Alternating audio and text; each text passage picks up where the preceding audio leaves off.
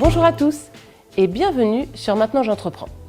Le cash, c'est ce qu'il faut surveiller comme le lait sur le feu pour votre boîte. Et quand ça commence à manquer, c'est tendu.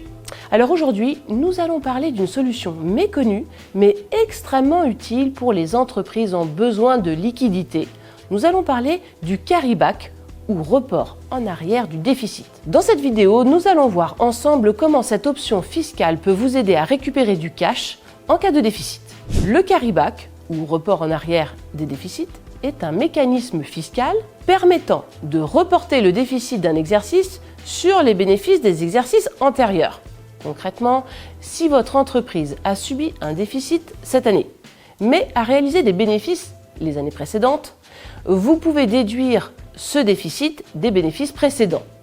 Cela crée une créance d'impôt sur les sociétés que vous allez pouvoir utiliser pour améliorer votre trésorerie. Quels sont les avantages du carry-back ? Tout d'abord, améliorer votre trésorerie. Le carry-back permet de récupérer des liquidités en transformant une partie de vos pertes en créances fiscales. Ça permet une économie d'impôt. Vous pouvez récupérer une partie de l'impôt sur les sociétés payé lors de l'exercice précédent. Cependant, il y a quelques inconvénients à connaître. Le délai de remboursement, si cette créance n'est pas imputée sur l'impôt sur les sociétés à venir, en dehors bien sûr des procédures de sauvegarde, redressement ou liquidation judiciaire, le remboursement ne peut intervenir qu'après 5 ans, si toutefois la créance n'a pas été utilisée. Donc, pour bénéficier du carry-back, votre entreprise doit réunir plusieurs conditions. Tout d'abord, le déficit fiscal sur l'exercice en cours. Votre entreprise doit évidemment avoir un déficit fiscal. Puis, le bénéfice fiscal sur l'exercice précédent.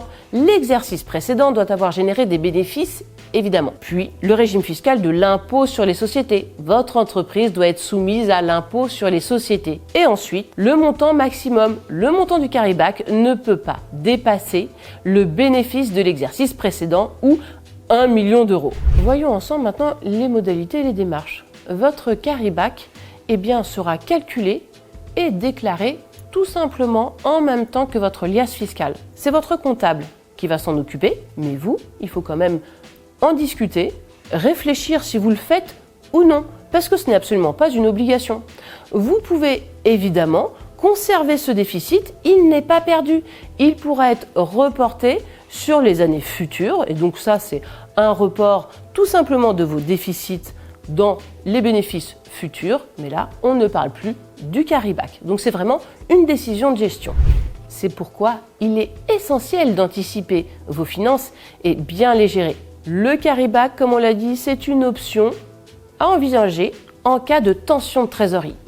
Et une bonne gestion d'entreprise doit pouvoir éviter en amont ces tensions. Il est essentiel de bien choisir votre expert comptable, un conseiller comptable qui prend en main le suivi de votre entreprise au quotidien et puis qui vous aide à anticiper vos paiements et décaissements importants. Surtout, en début d'exercice, il vous aide à établir un prévisionnel de votre année si besoin. C'est d'ailleurs, vous le savez, une étape déterminante à ne pas négliger en création d'entreprise. J'en ai parlé à plusieurs reprises sur la chaîne et on en reparlera également prochainement, mais je vous en dis pas plus. Alors merci d'avoir regardé cette vidéo et si vous avez des questions ou des besoins d'accompagnement, n'hésitez pas à nous contacter. Nos experts comptables sont là pour vous aider à anticiper et optimiser votre gestion fiscale.